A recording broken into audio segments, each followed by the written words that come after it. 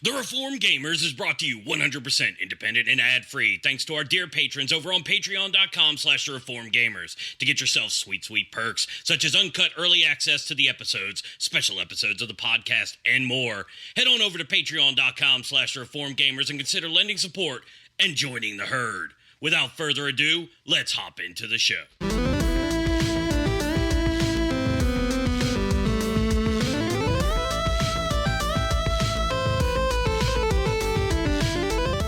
Welcome, dear listeners, to episode 167 of the Reformed Gamers, a podcast all about video games, tacos, theology, and anything else we can think of. I am your host, Adam. And I'm his co-host, Micah. Micah, welcome back again for the Thank second you. straight week. Always happy to be here. Coming in the clutch. Micah, I was texting Logan about you filling in for Skinner. I'll get into that in a second. And Logan, was like, might as well make the permanent third chair. Just pull it on up, let Micah in. And again, Micah has these seasons. I mentioned it last episode. Micah goes on 2 or 3 week, runs every couple seasons of life. And get it all out at once. Hey, we appreciate having guys like you in our community who are like, hey, I love video games. I love being a part of the podcast community. I love being on and being able to chat when we can. So, hey, it means a lot to us because you got the call this week, but there's probably a handful of other guys that I could have called. And it's no slight to them.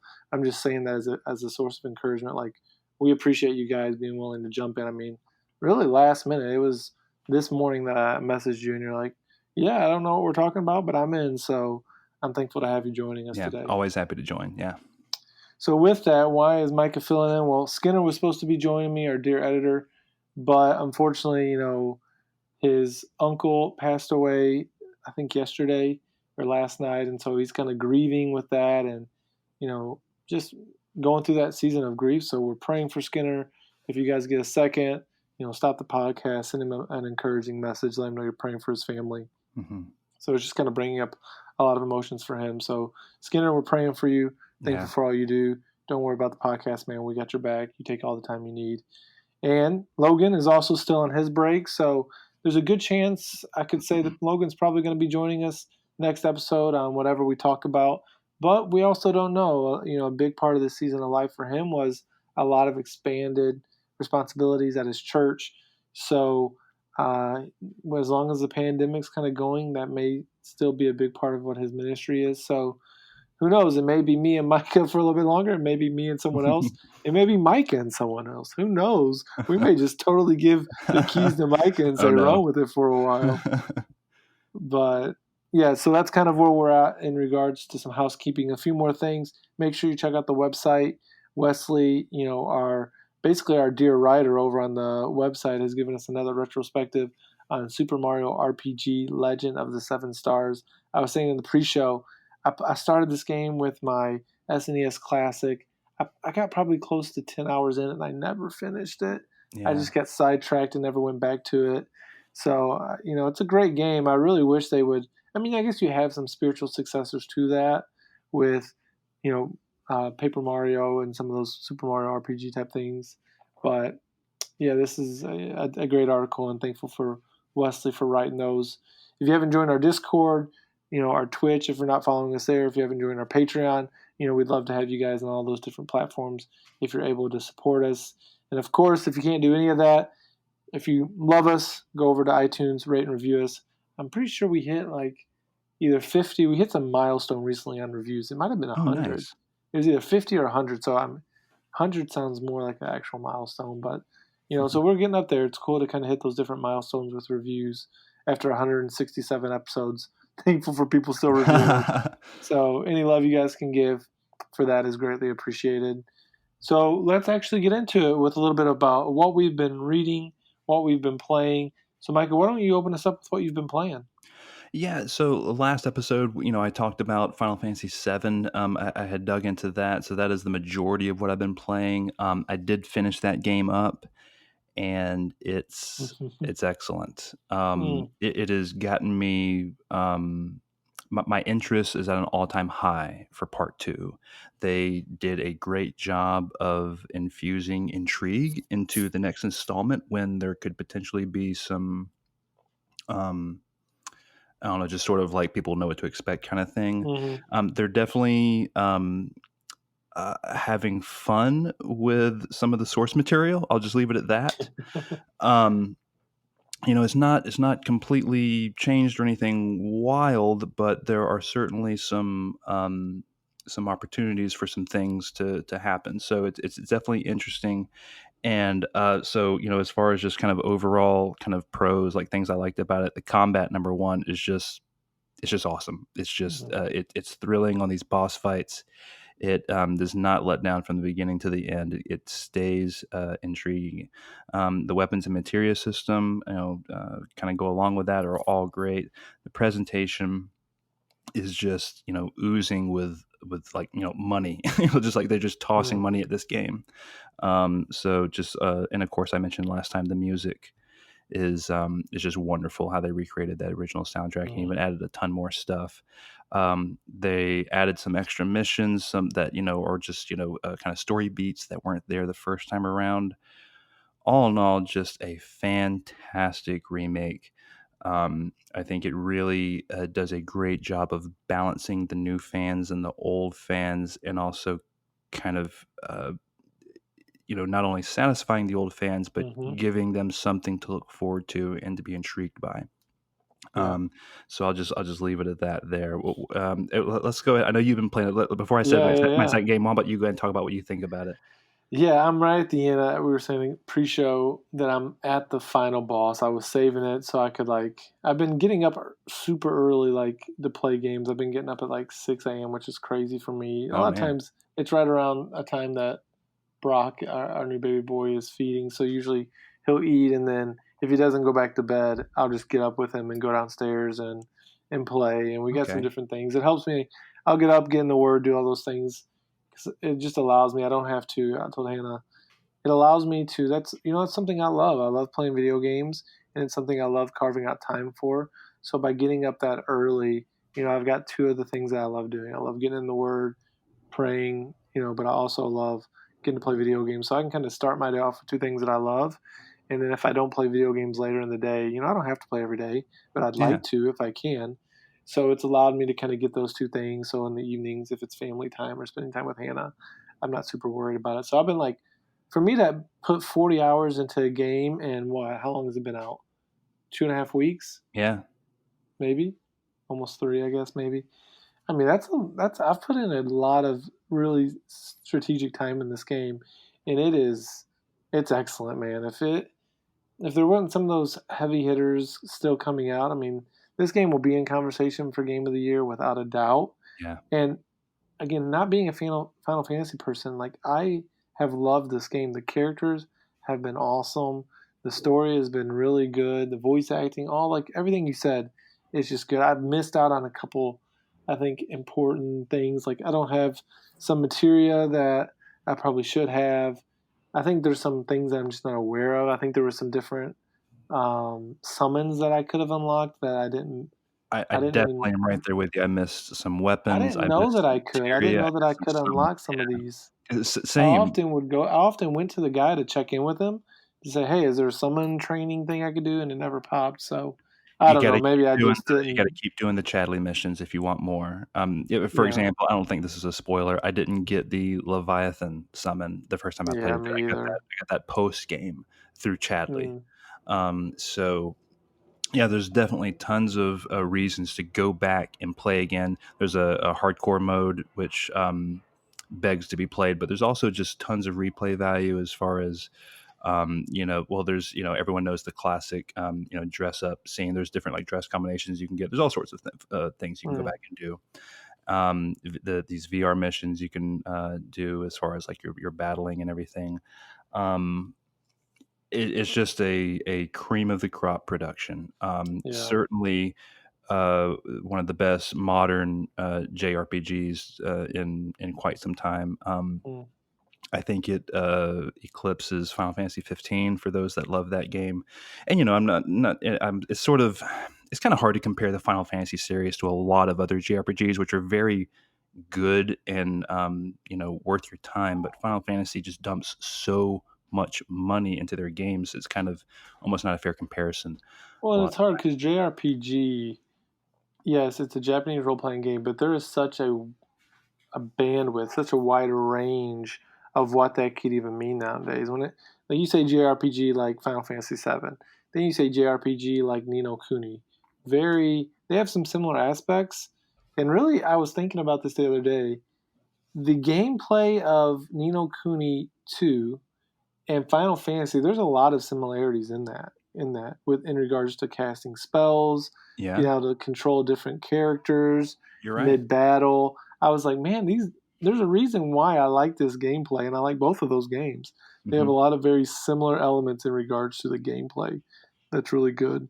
The last thing I'll say about the game before we, basically make this Final Fantasy episode, there are a ton of I know when they're happening, but they mean nothing to me. There are a ton of Easter eggs for future, the future games, and for going back to the original that I have no idea. Like they'll show a character, a random cutscene. Like I don't want to do spoilers, but there are multiple times where they like brought this random character at this random time. Don't do anything with them, and I'm like, okay, that's homage to the original game and a character that's going to come out in part 2, 3, however many parts there are. Right. So it was definitely, I wish I had those connections, and I'm actually tempted to be like, oh, should I go back and play the original? I don't think I'm going to, but there's definitely a lot to that. But last question, and then we'll kind of continue on. Yeah. What do you think? What is our time frame for this? Like, when do you think we get part 2? Like, I'm kind of torn and kind of really disappointed that I'm like I'm playing this great game, but I'm not going to get more of the story for 2 years, 3 years. What do you think? I'm torn. Part of me is saying that they've got a lot of the groundwork laid in Unreal Engine, and they can crank out the second one quickly. The other part of me says, no, the second one's going to be on next-gen consoles, and they got to relearn all this other stuff. It's going to take a minute.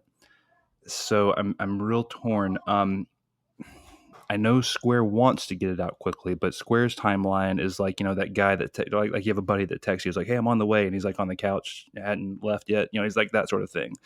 It's like Square takes their time, and I'll say 2 years.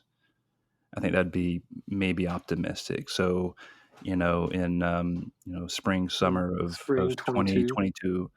So basically they'll have the Xbox release of this version, this time next year, and then they'll come out maybe with a cadence. I don't know if PlayStation's going to have a year exclusivity for every episode, but it's basically where like every other year they're kind of doing one like that. I don't know.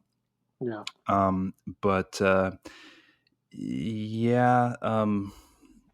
I sort of lost my train of thought, but anyway, yeah, it's going to take a little while to get to the end. I do think it's going to be 3 parts. I don't think it's going to be more than 3. So I think we'll probably have it wrapped up within 4 or 5 years. So maybe by 2025 we'll be done. Long. I don't know. It's hard to be optimistic when it comes to Square. I mean, you just can't be. I mean, we may never get another copy. Look at Final Fantasy 15. It took so long to get those, so yeah, it's hard to have faith. Yeah. But anyway, moving on, outside of Final Fantasy VII Remake, playing a much different game. So, I said last episode that I recently got an Xbox One. So I've got Game Pass rolling, and what shows up on Game Pass, none other than Moving Out, the fun new game that's sort of like Overcooked.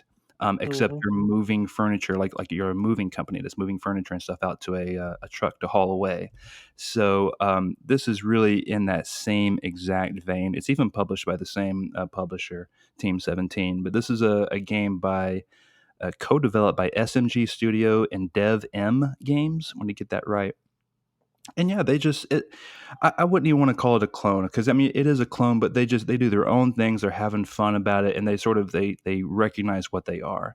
The game is genuinely funny, like laugh out loud funny. My wife and I have been playing it, and we're enjoying ourselves last night. Going through about 5 or 6 levels, and it's genuinely funny writing a fun cast of characters similar to Overcooked, with these crazy heads that can get a toaster head or whatever, all sorts of fun stuff.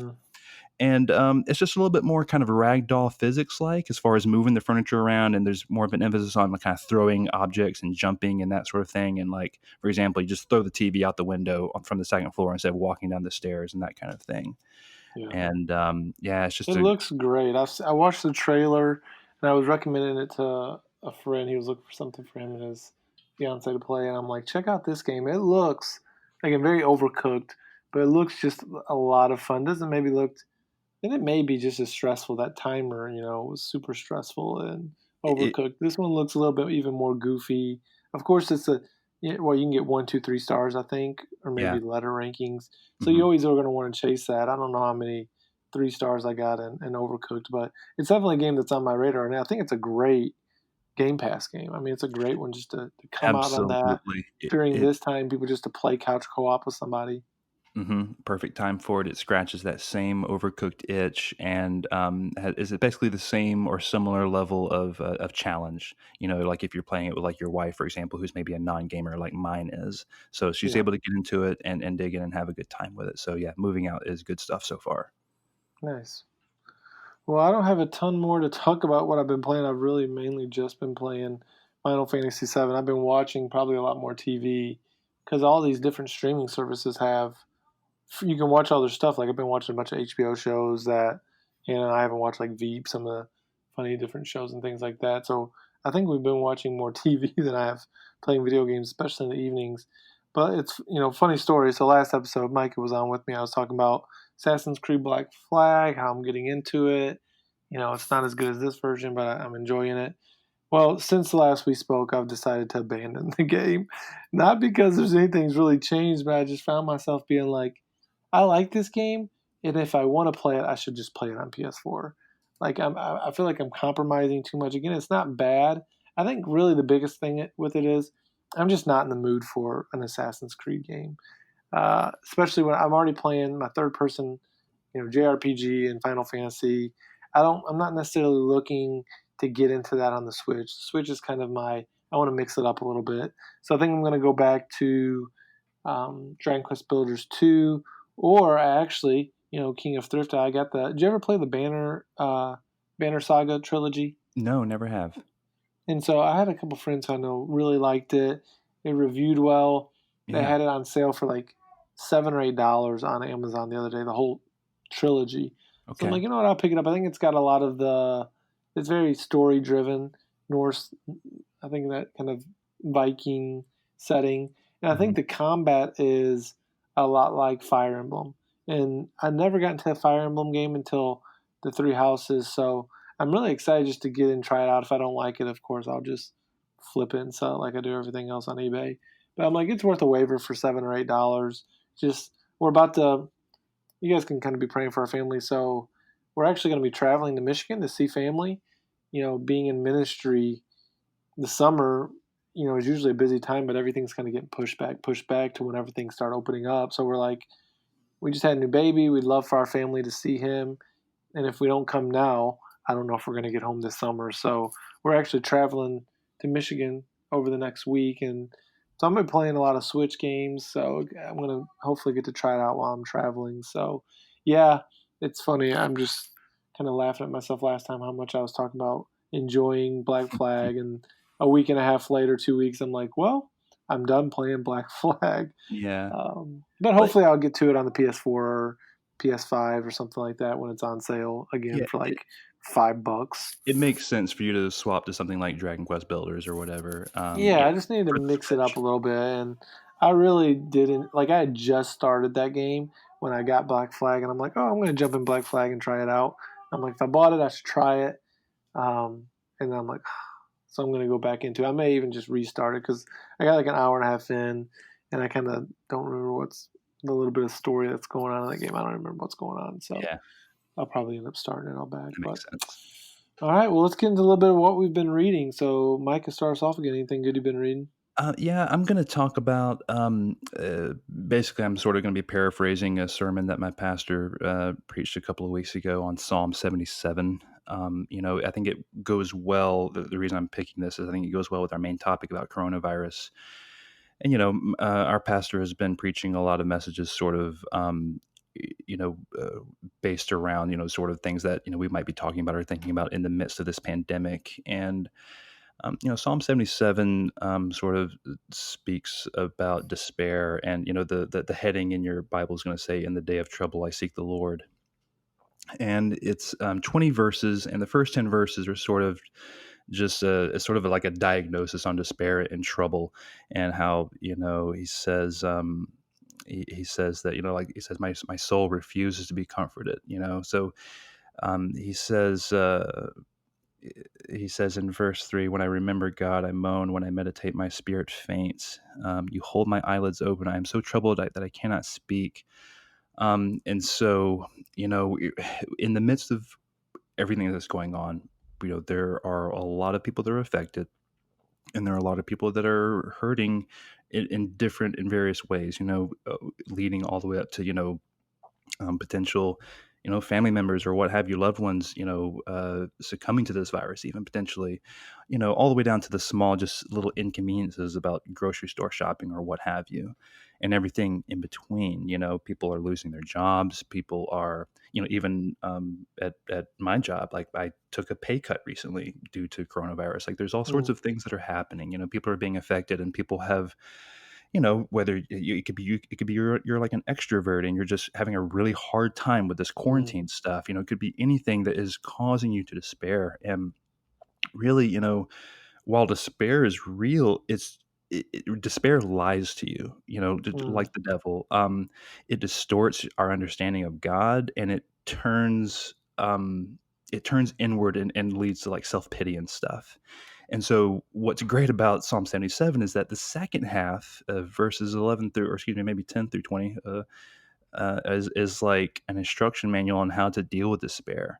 Verse 11 and 12, it says, "I will remember the deeds of the Lord. Yes, I will remember your wonders of old. I will ponder all your work and meditate on your mighty deeds." So, just meditate on God's goodness in your life, on the gospel in your life and how it's affected you. And that requires intentionality to do that. In verse 13, it says, "Your way, O God, is holy. What God is great like our God?" Study the character of God was what this verse is saying. And excuse me, skipping down to verse 16, it says, "When the waters saw you, O God, when the waters saw you, they were afraid. Indeed, the deep trembled. The clouds poured out water. The skies gave forth thunder. Your arrows flashed on every side." Verse 18, "The crash of your thunder was in the whirlwind. Your lightnings lighted up the world. The earth trembled and shook." Um, the point here I have is rest in the miraculous grace of God. There's this remedy here that's outlined in the second half of Psalm 77 that is a remedy for despair. And it's just, for many different reasons, we could be prone to despair. We could be prone to self-pity, and we could be prone to the lies that the devil's feeding us. But dig into the second half of Psalm 77 and let that wash over you, and just meditate on God's goodness in your life, study the character of God, and rest in his miraculous grace. Yeah. There's a song we sing it pretty often in our church. Have you ever heard the song "The Goodness of God"? I'm not sure. You'd have to sing it. I'm terrible with titles. Yeah, and I'm not gonna sing. Well, Do it. because I ain't gonna singing. But I don't remember who. If you could probably search "Goodness of God." There's not. I'm sure there's multiples, but it's a newer song. But it's really good. It helps us just recount the goodness. I think it ends up saying, I'm trying to think of it without singing it. Yeah, anyways, it's a great song. Go check it out. Recommend it. Early Reco. But yeah, I mean, it kind of goes along a little bit with what I've been reading. I've been in Isaiah chapter 26, verses 3 and 4 really stuck out to me this week. It says, you keep him in perfect peace whose mind is stayed on you because he trusts in you. Trust in the Lord forever, for the Lord God is an everlasting rock. So I just thought I was just super encouraged by that. If we trust the Lord and keep our mind stayed on him, you kind of go reverse of chapter 3. Trust him, keep our mind stayed on him. He gives us perfect peace. It's not we have peace, therefore we stay in him, therefore we can trust him. No, we trust him. If we keep our mind stayed upon him, And through those things, we can have purpose, peace, because it reminds us of verse 4. We can trust in the Lord because he's an everlasting rock. Our foundation is secure in him. He doesn't change. So we can trust in him. He's an immovable God. He's not changing. He hasn't forgot about us, but we have to keep our minds stayed upon him. There's a song that we learned at our last church, historically African-American church. Loved our church body there. But one of the songs was, I woke up this morning with my mind stayed on Jesus. They would sing the song, and we'd be singing with them. I mean, one of my favorite songs that we sang in our church, and you can YouTube it. There's a really great version on there on YouTube. Woke up this morning with my mind stayed on Jesus. I'm giving all these music recos. But it's just a great song and I'm thankful that the Lord has done this in my life. I'm not perfect at it. I don't get up every day and read my Bible. I'm not perfect at that. But I am thankful that even when I don't, God still brings it to my mind. And sometimes I just am sinful and I don't do it. I neglect it. But I'm thankful that I can sing that song, that most mornings I do wake up with my mind stayed on Jesus. And he's one of the first things that comes to my mind. Not necessarily out of compulsion. I don't want it to be that. But there's a need there, a recognition that I need to be with God. I need to be in his word. I need to be praying. And I enjoy that sometimes. I do it because I know I need it more than I want it. But I'm so glad that God is drawing me into that, because I need to be stayed in the Lord. I need to be reminded that he is faithful and that I can trust him, because it's through all that we can have peace. How do we have peace in a pandemic? Well, we trust the one who is in control of the pandemic. We trust him above all of these things. Yeah. So, amen. Yeah, just some really big things there that we can trust him. And so another thing I've been reading, don't want to go too long, but I bought a book. I've been looking at it for a while, but it's called Walking Through Infertility, Biblical, Theological, and Moral Counsel for Those Who Are Struggling. I think the author's name is Matthew Arbo. I've had some friends, Hannah and I haven't necessarily gone through infertility, but it's kind of at the same time we've gone through some of those stages of it through an adoption and through doing the embryo adoption, which is basically a version of, it's not in vitro because we didn't create the embryo, but frozen embryo transfer. So we went through that twice and, got pregnant once and miscarried. Second time it just didn't work and we didn't get pregnant. And so I'm like, this is a book that's kind of caught my eye because I follow the guy on Twitter, I think. I wasn't huge on the book, honestly. Okay. I think it is very, I think it's probably because I was approaching the book from the wrong perspective. I was looking for something to be able to give to my friends who are really struggling with some infertility things. Like, hey, this is a good book. Read it for encouragement. They're not believers. She may actually be, and he has made a profession. So I guess I can't say definitively they're not walking super close to the Lord. She's actually really growing. Praise God. It's kind of cool to see. That's a long story though. I was wanting to get them a book to read, so I think I was approaching and looking for something. And the book isn't that. This book is written for Christian couples. Like it is very directed that way, very Christianese. And they're not, he's not apologetic of that. I think I just approached it from the wrong perspective. And he doesn't necessarily take extremely hard stances on some things. He doesn't call certain things sinful. He is very much like, hey, these are some things that you really need to seriously consider. So I can't necessarily disagree with some of the things that he says. Like, yeah, you need to consider, okay, the moral and ethical reasons for doing and not doing IVF or an IUI or some of these different things that couples can do with infertility. And he's very gracious with it. Like he's really speaking some hope and joy in the lives. So don't hear me as saying like those things are wrong or bad, especially for some couples who are maybe struggling with that and listening to that. It just wasn't a book that I was looking for to say, hey, this is a book I would recommend. If you are a Christian couple and you're loving the Lord, good chances you are if you're listening to our podcast, and you're going through infertility, you might want to check it out again. I'm not saying that everything he says is right on.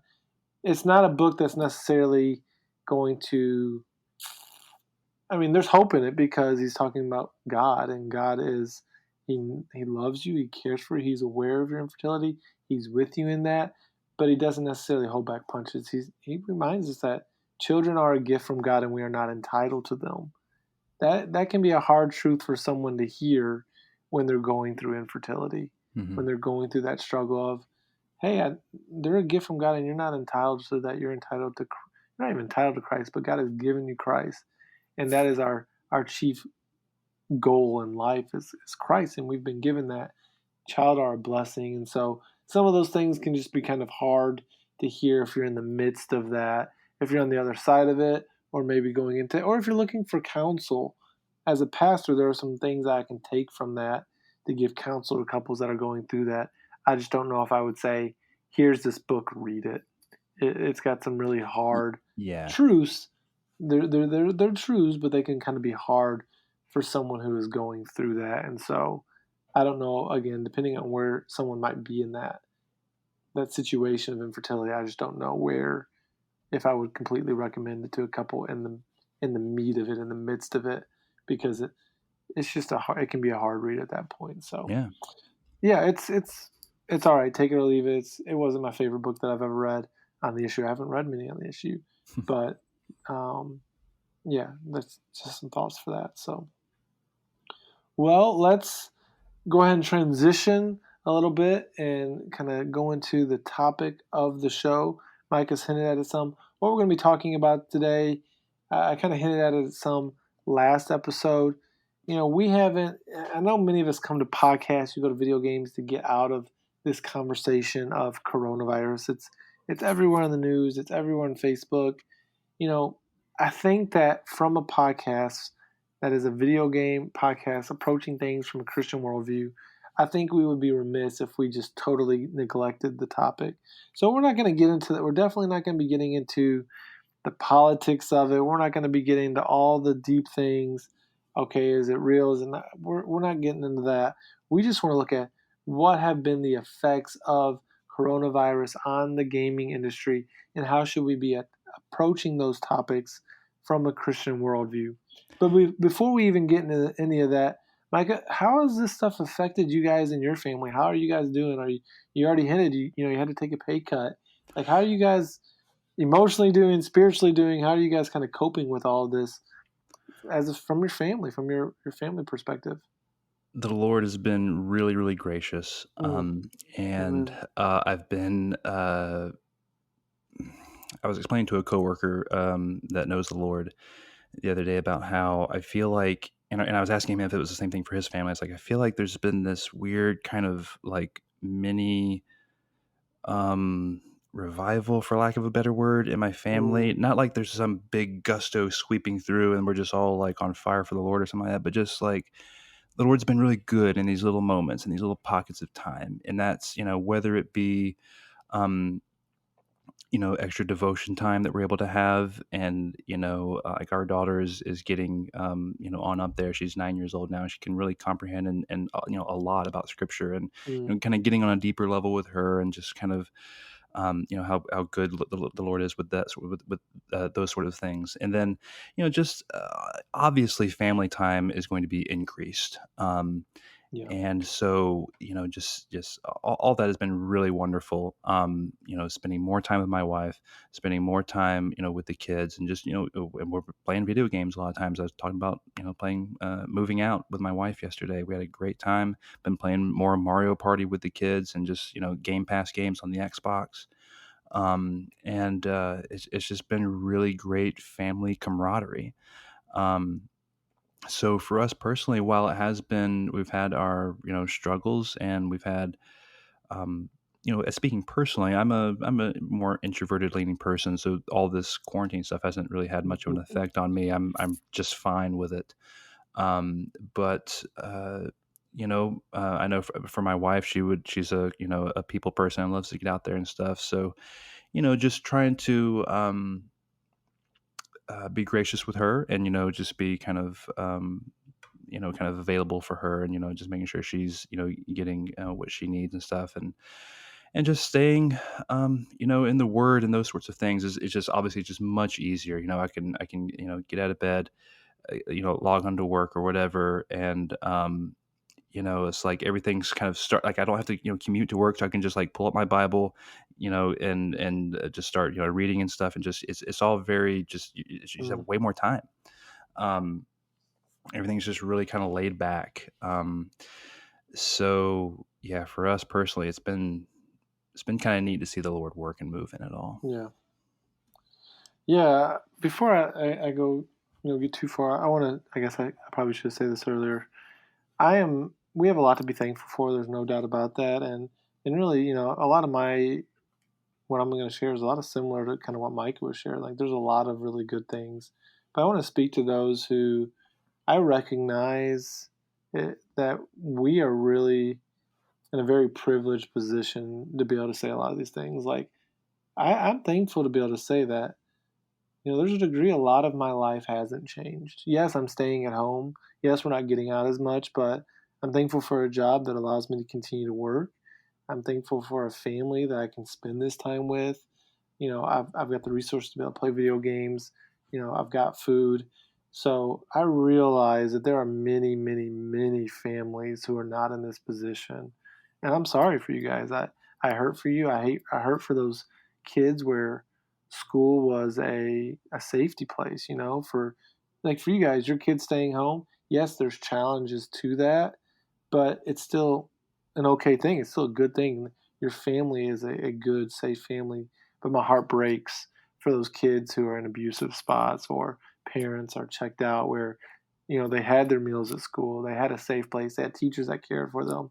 So, for all those who are out there who maybe are listening to us and you're hearing us talking about a lot of positive things for our own families, don't think for a second that we don't recognize and we understand that many of you out there are really struggling. You're hurting financially, and you're hurting spiritually, emotionally.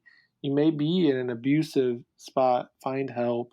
Like, I hurt for you guys, and more than us, God hurts for you, and God hears your cries, and He's with you. So, irregardless of some of these things that we're saying about, we're speaking to our personal situations, I do recognize that there are many people in really less fortunate spots who are wondering, how are we going to get through this? Or maybe feeling despair and hope. Find someone who can help you. Reach out to a pastor, a friend. Don't feel like you have to do this on your own. So outside of all that, I wanted to make sure I said that because, there's a lot of really good things that I am thankful for, but there are people who are hurting. So a lot of our story, very similar to yours.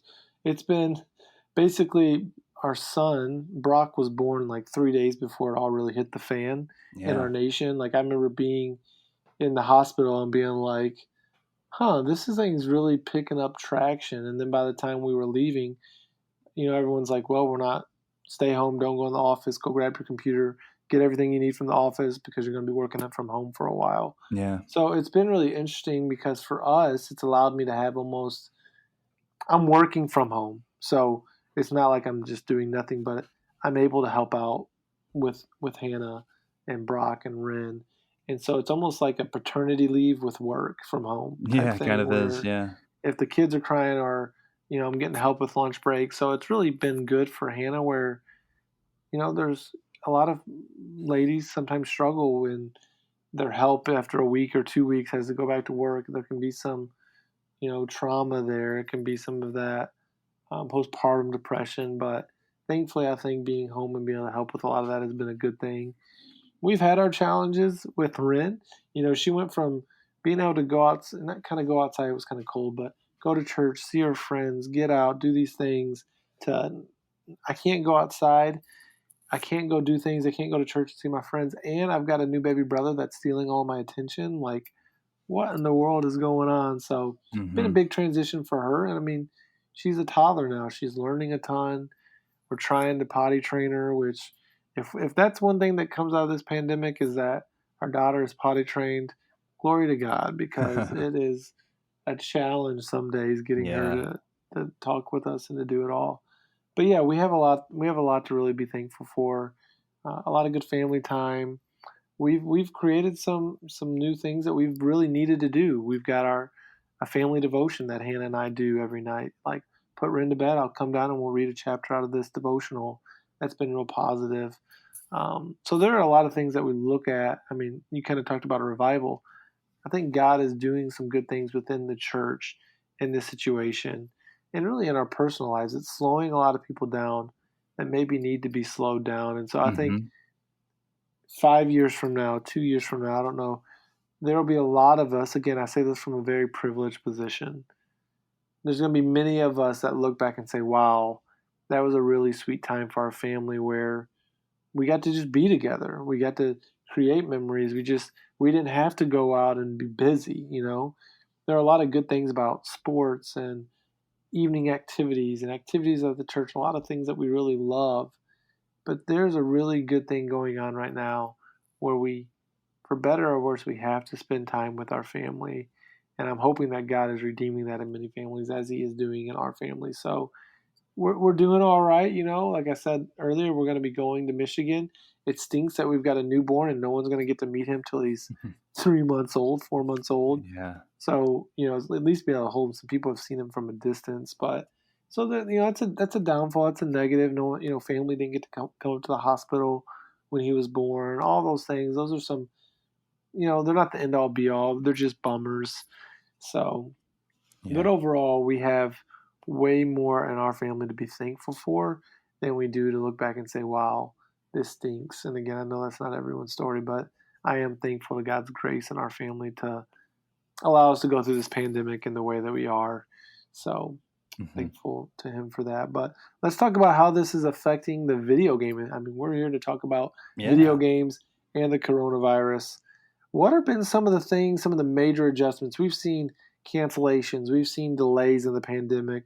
When all this is said and done, what do we think are going to be some of the major ripples in the video game industry? Maybe from, I don't want to say negative side, but some of those cancellations and things. What do we think are going to be some of those biggest ripples that we see affecting the video game industry moving forward? Well, I think, outside of the delays, which we've had, and certainly we've had some, on the short term, we've had a couple of delays. I'm looking at The Last of Us and Ghost of Tsushima, most notably, were recently pushed back due to shipping logistics. I know Final Fantasy VII is the standard physical edition has been, hard to come by, these types of things. So there's some, blips like that, but I'm more interested in things long term, like you're saying. For example, I'm looking at like showcases such as E3 or GDC, Game Developers Conference, or the Tokyo Game Show, Paris Games Week, whatever else. There's tons of conferences sprinkled out throughout the calendar all year, and I think those are going to go away, like entirely, almost. They're going to be something like Game Dev Conference. I think is going to stick around. That's very important for face to face for a lot of networking and stuff for small devs. But something like E3, something like Tokyo Game Show, and these types of things, I think, are going to move digitally. E3 was already in a hurting position to speak to them specifically. And I think this gave them the perfect out to sort of like, all right, let's reassess what we're going to do. And now that it's happening, for example, Jeff Keighley has announced this Summer Game Fest or something like that. It's this all summer long, months long, just series of digital announcements that all these companies, Microsoft, and Sony, and Ubisoft, and EA, are all on board to deliver through this digital method. And I think the E3s of those physical conferences with someone on a stage talking to a crowd with cameras in front of their face are gone. I don't see us going back from that. We can talk about how the coronavirus is going to affect, globally and just kind of societies at large. And I think part of it, I think this is going to be sort of tied to some of that, where like there's no going back for some of these things. Yeah, I think, and again, just recognizing, okay, the full gambit of that is for us as consumers, that can be for me, it's not going to affect us much. I'm still watching something, but I think, I heard a lot of people when these things were happening, conferences were being canceled or delayed. Some of them have tried to do anything they could to say, we don't want to cancel it because, again, some of the big dogs, your Sonys, your Microsofts, your Naughty Dogs, these major publishers, they're going to end up being all right. But I think what's really going to hurt is it hurts the little guys. For the digital conferences can be good because you can still get your game out there. But I think that there was still, and again, I've never been to one of them, so I can't speak from personal experience. Mm-hmm. But I think, kind of like you were saying, the game dev conference, for those little developers, those demos, those showcases, people getting their hands on the games, that was a big deal for a lot of those smaller developers. And so I think, like a lot of churches, they've had to figure out online services. They were forced to figure out, how do we meet the needs of our people? How do we minister to them? How do we get the gospel out in a time when we can't go meet people face to face? These smaller devs, they're going to figure that stuff out, but I think there's going to be some real damage done for a lot of them. Some of them won't make it, unfortunately, and that's a crappy thing. It stinks until they figure out, okay, how do we figure this? How do we leverage the internet and some of these online resources? Maybe we see more demos in the future, like playable demos online. You don't see a ton of those anymore. We saw one for Final Fantasy VII. You see betas. But maybe out of all of this, because people can't go to conferences and play them, maybe we get more demos where they have to get that. But again, there's negatives that come out of that because you got people that hack those demos and pull stuff that they're not supposed to pull out of it. So there are major ripples that will come out of it. It may be more games being spoiled. It may be more demos. It may be a lot of these people maybe having to close up shop. So I think that that's a big one. In some ways, that will be some positives that come out of it. Like, it's going to be cool, this summer-long game announcement that Jeff Keighley's doing. That sounds really cool, but I think some of those ripples are really going to be impactful for those smaller devs. The big guys usually get, they figure it out. You mean your Walmarts, your Amazons, these guys are all doing fine. Even your Best Buys, they're figuring it out. But you think about the mom and pop stores, the little grocery stores, those places, the little restaurants, they're the ones that really are going to be hit by this. So I think about those smaller developers, man. I can't imagine for some of them, they're just trying to, where do we go from? How do we, they may be able to work from home, but they don't have the systems in place to be able to upload, download, work together, merge everything together like some of the big dogs do. So I'm sure that it's having some real big ripples. Go ahead. I think you touched on it when you talking about the work from home stuff. I wanted to touch on that. I heard a really interesting point. I've mentioned this podcast before and recommended it, the Game Maker's Notebook. The most recent episode, Ted Price was interviewing Mikhail Kasurinen, the game director at Remedy for Control. And they were talking about the impact of coronavirus and everything like that. And it was really fascinating. I just so happened to be listening to it yesterday, and then you asked me to come on this episode. It was very pertinent. But they were talking about work from home, and Mikhail was saying, it's like for me, I'm used to coming into the office, for the last 20 years. And, there's this routine and all this sort of stuff. And there's a way of working in the office with the group. And he was talking about smaller indie devs. He said he wouldn't be surprised if he saw just more indie devs who are already, many teams are, just remote, simply, a lot of the indie devs out there. So he said he wouldn't be surprised if he saw like some of the bigger studios that are used to being in the office have a slight kind of, maybe you will see some delays, whereas there's not much of an impact to workflow for the indie devs and those types of things because they're used to working from home and those types of things. Now, maybe that's just a short-term blip. But he thinks it's going to be a trend, working from home. That's going to be a thing that stays. I know for my company, I work for a large tech company, and we are definitely looking at that sort of stuff. We're working from home. My team, I can speak, is, working just fine remotely. And, we've kind of gotten over some of those hurdles and things like that. And I think everyone is figuring that out now. And, developers and everything are no different. So it's just interesting. There's all sorts of dynamics here that are very interesting to how, we all communicate and work and collaborate. When you have such great collaboration needed to crank out a God of War, well, wouldn't you think that would be just an enormous hurdle compared to a team of 4 people that are just making a fun little platformer for the Switch, Yeah. So there's going to be some challenges there for those big studio houses for a little while, I think. Yeah, and that's definitely. I mean, some of that is counter to what I was saying, but I think a lot of that makes sense. Like, yeah, you're right. I think some of those smaller ones, maybe they are doing a lot of that, and the big ones, it's the adjustments. And so, Well, just sort of saying from a work from home perspective, they might have a little yeah, advantage there is all. Yeah. and yeah. I mean, really, even with that, the big ones can afford some of the delays. The little ones are like, if we don't, I mean, we're going week to week. We're just hoping we got enough money to get to see this thing out, and so all those things, they're adjustments. We're trying to figure it out, and you're hoping that they figure it out in time, and we don't see a lot of people either closing up shop or not being able to, maybe they've been working on these games for years, and this happens, and it just totally kills their Yeah. dream. Like that's devastating. That's heartbreaking to Hmm. really see and to potentially even think about.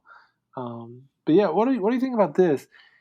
Do you think, and this is kind of an offshoot, maybe just a fun question, do we think that a company like GameStop, do they survive coronavirus? I mean, they've been, it's been a roller coaster ride, and maybe not even a roller coaster ride as much as a heavy decline, a steep decline with how things have been going. Do you think that a company like that was already having issues and struggling, and their press only seems like it's going to be bad press? Do you think that, say, 6 months from now, 7 months from now, that GameStop is able to open their stores back up and to be able to succeed again? Or do you think that this is just going to be another stumbling block for them? Because it seems like, I mean, one of the big things for them was it took them a while to close up their stores. They were trying to say that they were essential in some areas, that these Yeah. different things, like some really bad PR and some really bad press that they didn't Right. need any more of. So do you think that some of like a store like GameStop that's already been struggling, do you think that they're going to make it out of this all right? Well, I'll answer it this way. In just a month or two or so, we're going to be pre-ordering our PlayStation 5s and our Xbox Mm. Series X's. I'm not going to be pre-ordering mine from GameStop because I don't know if it will be around for me to pick it up come November. So Oh, that's funny. that's the faith I have in GameStop being around or not. And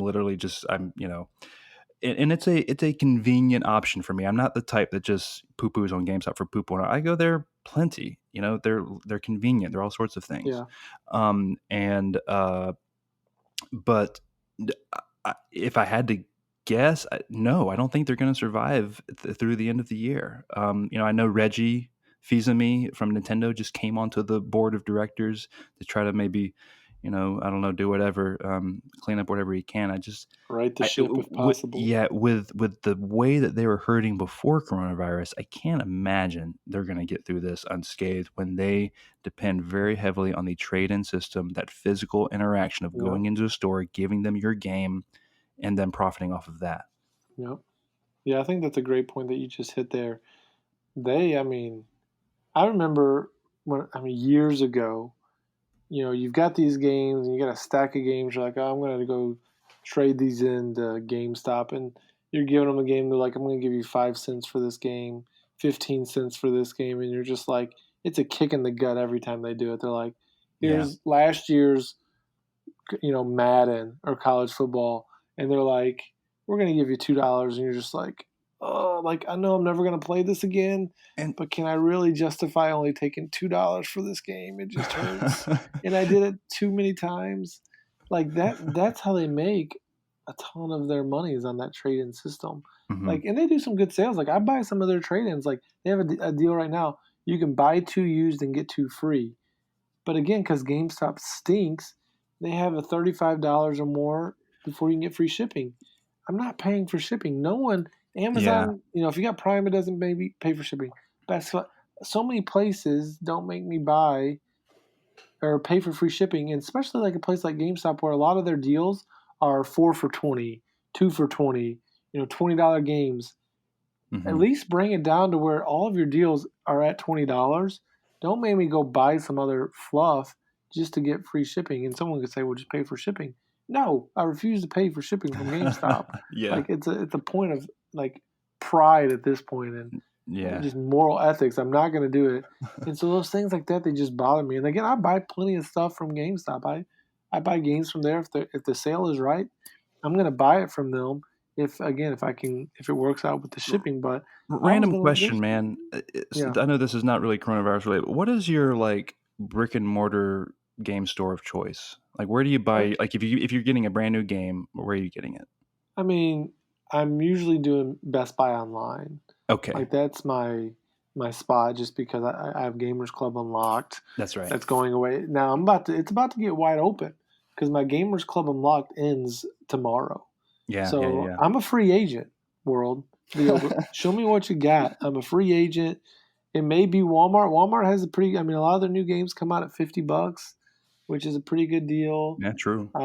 Amazon has some deals, so I'm going to go where the deal is as king of thrift. But I'm kind of a free agent in all this. But I like just going in the stores and looking around. Like I know everything that is in that Same. GameStop. I know everything that is going to be in Best Buy. But I just like going and looking. I go in there and I'm like, why am I here?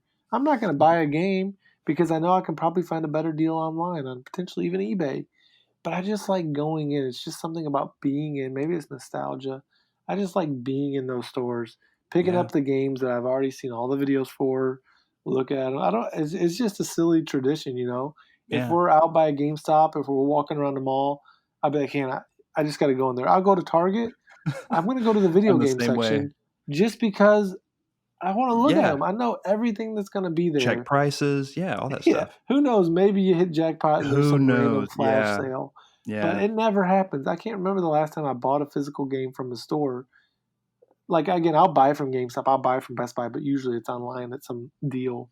But I can't remember the last time I actually bought one where I randomly walked into a store and I'm like, oh, I'm going to buy this game. It's like, rarely does that happen. Yeah, very intentional. Yeah, really, very intentional with it. So, okay, so sorry to derail the conversation there. No, it's a fun conversation. Well, those are some of the effects that we see. Again, delays, routines, the way it's really affecting the industry in kind of some hard or potentially negative ways. But let's maybe talk about some of the things that we've seen that have been some positives. What are some of the positives that have come out of this for the video game industries? Maybe for maybe even our own lives, some positives that have come out of it. What are some of those positives that come from the pandemic? And again, I've got some things there that you can look at. But yeah, kick us off? Sort of like I alluded to, just talking about our family. We're outside of my wife. Who does. Hey, she's playing Moving Out, man. She does some stuff. We're a gaming family. My kids are up on Pokemon on Switch or whatever. Mario Party. So we're always playing games. So I mean, we've had just lots of, like I said earlier, just lots of great bonding time over games. Lots of really just fun. We're all just like busting our guts, just laughing at whatever just happened. Just good, wholesome family time. But outside of some of those personal things, I've got this article pulled up here that you linked in the show notes from Games Radar, and I'm just looking at sort of the way that the gaming community has just rallied together, and that is something they've always been good at. And there is just a host, story after story, of this publisher, this developer raising hundreds of thousands or millions of dollars for various, COVID relief funds, frontline healthcare workers, whatever the case. There's just, it's really overwhelming. I'm just scrolling through this. There's, probably over 15, 20 things here of ways that the community is coming together. And some of this stuff is really it's like large sums of money. This one I'm looking at, Sony announces $100 million COVID global relief fund. I mean, that's big. I mean, that's all of Sony, not just PlayStation, but that's big stuff. So yeah, things like that are just really heartwarming. Like I said, the gaming community has always been good about anything that is viral and online. Man, we will get rallied really quickly. So it's great to see everyone sort of rally for causes like this and really give benevolently. Yeah, I think again, especially when the video game industry a lot of times gets a bad rap. How long have they blamed gun shootings, all these things? Everything's video games' faults. Our kids are antisocial, but the video game industry does a good job of giving back and of supporting.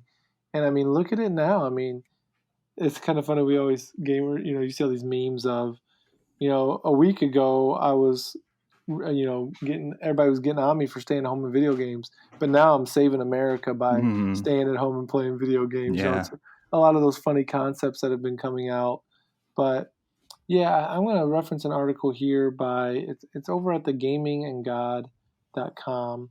One of our dear brethren, David Matthews, he was on the podcast maybe a few months ago with me. He wrote an article about, is it wrong to play games during the pandemic? And he really references for him of, yes, there are some hard things going on that we kind of need to be aware of. A lot of people who are dying, we need to grieve that. We should be mourning that. One thing, Cuomo here in New York's not the greatest governor, but one thing that he has done each time that I watched, every time he references the death total in our state, he never just glazes over that. He's never like, oh, we've only had 1,500 people that died today.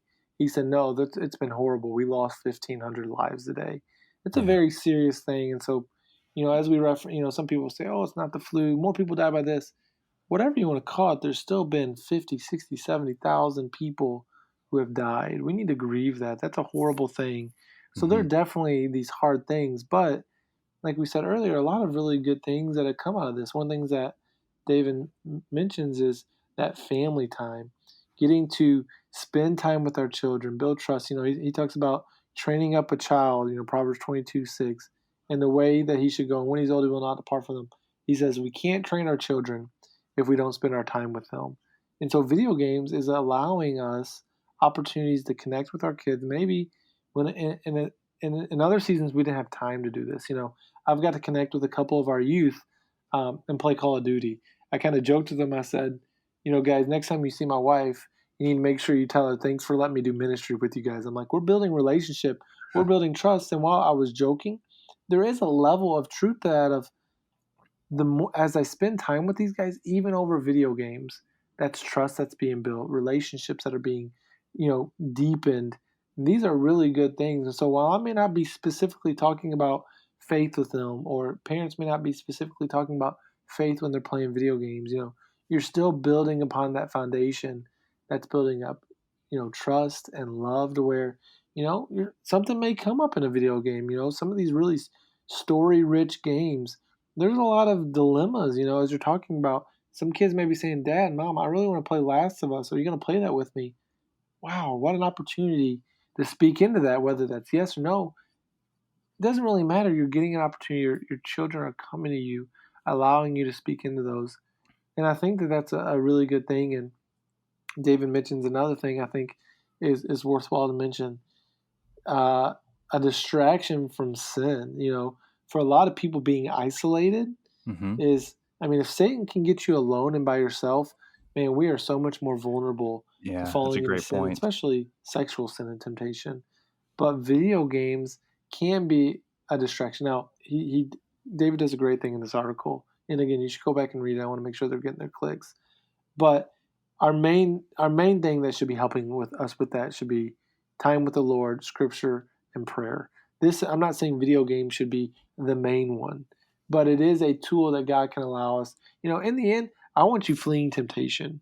And if video games can help you to do that, again, God, His Word, spending time with Him, that should be the main thing. Wanting to just grow in our relationship with Him, those should be the main things that draw us away from sin, away from that temptation.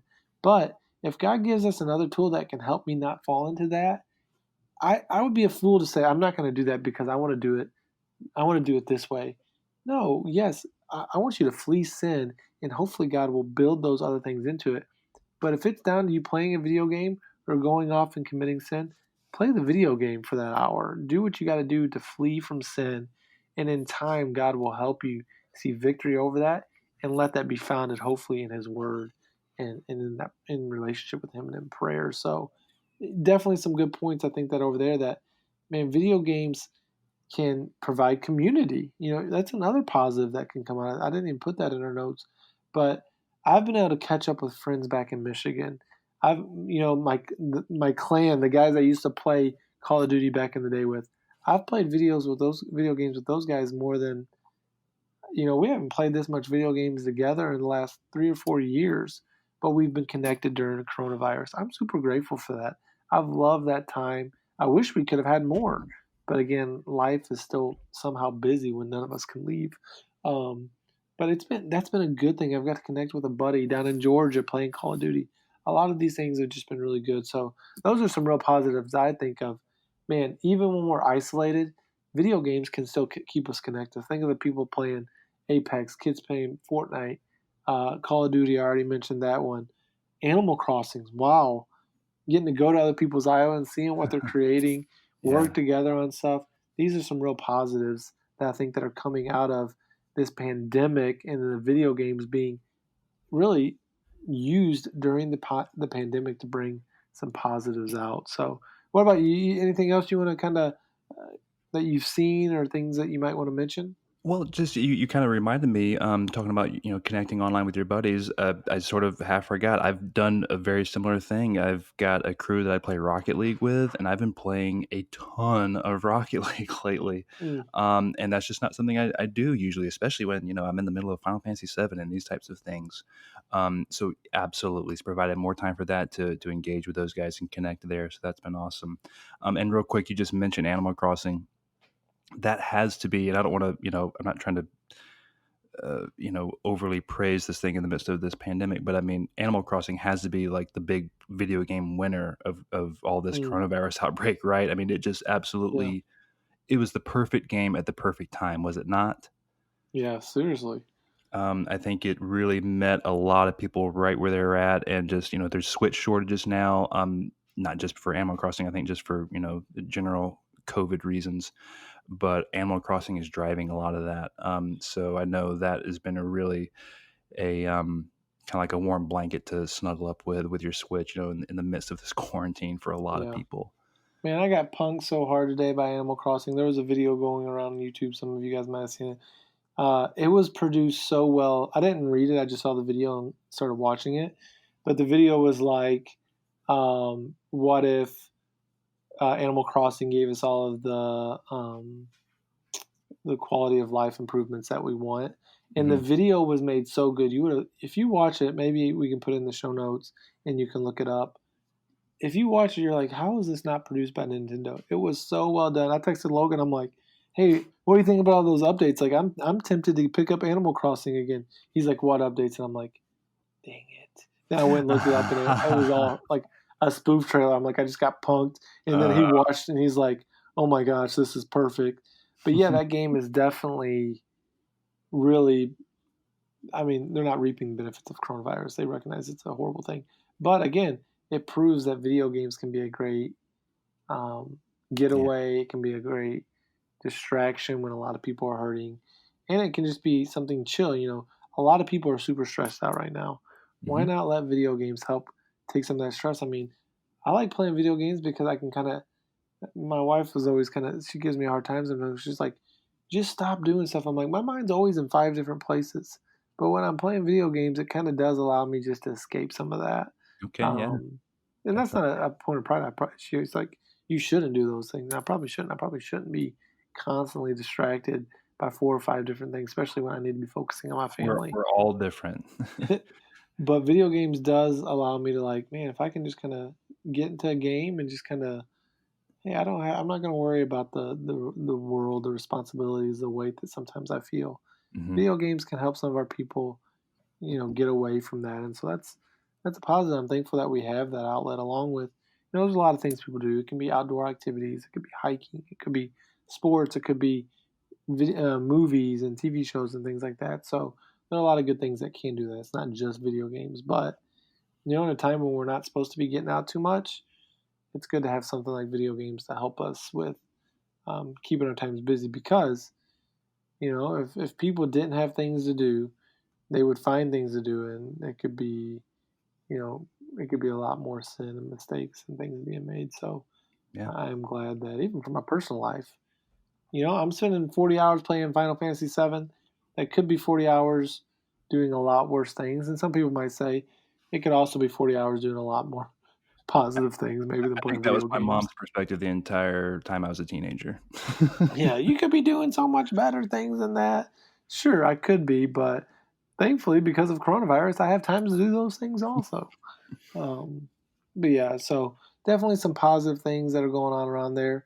And we asked that question. We asked our community, hey, what are some ways that the coronavirus has helped you, maybe, or video games have helped you in the midst of the coronavirus? So I'm going to read some of our responses. The question Logan asked was, has your backlog been defeated? Let me see here. Throggy over at Throggy2 on Twitter says, well, I got through one game in the backlog, and he's now working through 2 more. So he's working on that backlog, maybe even adding to it if he's something like me. PK in the year 2084 says, on one hand, I acquired and played Animal Crossing New Horizons for a bit. So, hey, he's one of us that got into it. Mm-hmm. And he said, I think that we can agree it's a time stealer. On the other hand, I've been playing Shining Force and also been playing Legend of Mana. So he's been, chipping away at the backlog a little bit. Tiny Johnny says, yes, I wish I could say yes that he's been chipping away at his backlog, but I realized I hadn't explored a third of the map on Red Dead Redemption 2. So, yeah, good luck. And the bad thing about Red Dead Redemption is you're going to be riding that horse for a long time to get across that map. But David Red Dead 2 coming I've already worked from home. Not a lot has changed, but Final Fantasy VII Remake and an excuse to say it at home has been nice. And so, so a lot of different things here. And then Frostbite, maybe 4 IV, I don't know exactly. Honestly, if it wasn't for COVID, I probably wouldn't have dove back into streaming. Before I was stuck to online multiplayers and co-ops because of the friendships and the communities. Now that I stream, I am able to stay more connected with them as I share the experience of a solo campaign. That being said, my backlog is growing, not shrinking. So, it definitely is affecting a lot of people in a lot of different ways. But thankfully, again, right there, Frostbite said, it's allowed him to stay more connected, not just in multiplayer games, but really in solo games. We also got a couple answers over on the Discord. Moises, or I think it's Moises, how do you say his name? He said one of his expectations during quarantine was finishing Skyrim, finish mounting a Blade Viking expansion story mode, try some awesome new AAA games. Realities, he's been chasing his toddler, working, and sidetracked by League of Legends and mobile games. So I get that, And I may have mentioned this on the last episode. We thought, coronavirus is here. Everyone's going to be at home. I'm going to get all these things done. And then reality hits in where, no, we're just trying to manage our family time. Like, yeah, I'm beating Final Fantasy VII, but it's not like I'm reading all these books or beating all these other games I thought I might have been doing. Because I've got family. There's real life realities. Mm-hmm. But yeah, it's definitely been some good things. And then the famous Jeff Jackson says, he's been playing a lot of Tabletop Simulator with friends, along with my numerous board game arena games going on that have kept me sane. Not to mention pouring into the streamer community that has given me a helpful level of interaction that I can't really do in real life. So again, kind of goes into what we were saying. Yeah, very being cool. able to play video games, stream them together. I mean, I didn't even mention this. I've been playing Jackbox party games with some friends. In Ohio, we did it with some friends here in New York. So it's allowed us to stay in touch, have fun. But, video games has been a big leverage in that. So if you didn't get your response in, let us know. Tweet at us, send us a direct message. Join the Patreon conversation. We'd love to hear from you guys of how video games are helping you in the midst of all of this. So, well, Micah, before we wrap up this episode, we like to give a couple of recos on each episode. So what do you got for us? Any recommendations that the guys need to be checking out, guys and gals? Yeah, well, again, along the same lines of the coronavirus stuff, quarantine, something we've been digging into as a family, as part of our family worship. And I want to say maybe this has been brought up on the show before, but the Gospel Coalition has a resource out there we get it on YouTube, but it's New City Catechism. It's basically these, it's going through the catechism questions in children's song form, and the songs are fantastic. It's like 1 to 2 minute songs that are very catchy, very easy to remember, and all 3 of my kids love it. They love singing the songs. We're going through and just kind of memorizing them and going and reviewing, and they just love it. So New City Catechism, it's put out by the Gospel Coalition, and like I said, there's a whole 46 video playlists out there on YouTube, but good resource there for really just family worship, or just instructing your kids or anything, or even just for yourself, adults, if you want some fun songs to sing with it. How and why did God create us? There we go. We got you singing. He created us male and female in his own image. His own image. I used to drive Hannah insane with that one because we didn't really listen to the songs that much. Mm-hmm. We were going through them and trying to memorize the question and the answer. But Mm-hmm. every once in a while, I'd pull out the song, and that was one that will be forever ingrained in my head. So, yeah, it's definitely a great resource. And as you can tell, I memorized that one. Still remember it, yep. And so I wish we kind of would have kept up with that, but it was the way we were approaching it. I mean, it was pretty. We were trying to learn question, answer, and scripture all in a week, and that's just all. Again, we could have probably done it because we did it for 10 weeks, but to keep up with them and not forget, it was a lot. But yeah. Along those same lines, another great resource on YouTube we've been using is Seed's Family Worship. It's a very similar thing. They use scripture and song, they blend them together. Like Ren loves watching them because they have this, they call her worship girl. She does like hand motions and stuff with the different songs. So we've been doing that. I've probably memorized 4 or 5 scriptures in the last couple weeks just by watching those with Ren. And so it's been a really good, again, catchy song. Some of them not as catchy as others, but they have, oh, sorry about that, yawn. They have a ton. I didn't realize how many they had until I went on their Apple Music page. They have a ton of CDs. So, I mean, probably 100 or so songs on scripture that you can be listening to and memorizing. Again, what a great resource for us to have, where if you think, man, I struggle at memorizing scripture, but you're good with music, bam, no excuse. This is a great way to memorize scripture. So that's one I definitely want to recommend. And then another one, y'all might remember Clay Hargrave, had him on the podcast, I don't know, maybe a year and a half ago, talking about a video or a board game that he has created. Well, that board game is coming out soon next month. I got my Kickstarter copy with the deluxe edition. It stinks for you guys. If you guys didn't do the Kickstarter and get the deluxe edition with the nicer pieces, I mean, this thing it's easily the nicest board game I've ever owned in my life. Like, sweet. The pieces are legit. Hannah and I played it for the first time. Now, it's a next level of board game nerdiness. Right. Like, it's Ticket to Ride, Carcassonne, Catan. Those are very much like entry-level board games. This game is like next level. It has so many pieces. Like, it took us an hour just to kind of wrap our head around what we were doing, how we were playing it. Now, some of that, it was late at night.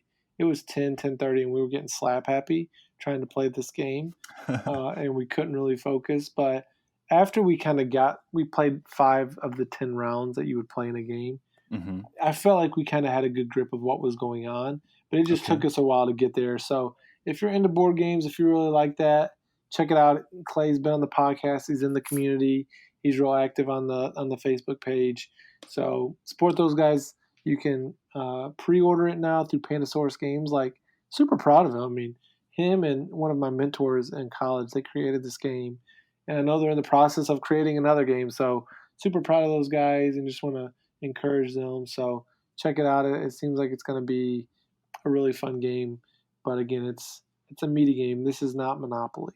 It's not something that you're going to pick up and play. It may take as long as Monopoly, but it seems like it's a really fun, cool game. So I'm excited to learn more and play more of that. So again, that's Godspeed by Adam Hill and Clay Hargrave, published by Pandasaurus Games. So check those guys out. You can see that in your show notes. Very cool. Well, thank you again for listening to us here on episode 167 of the Reformed Gamers.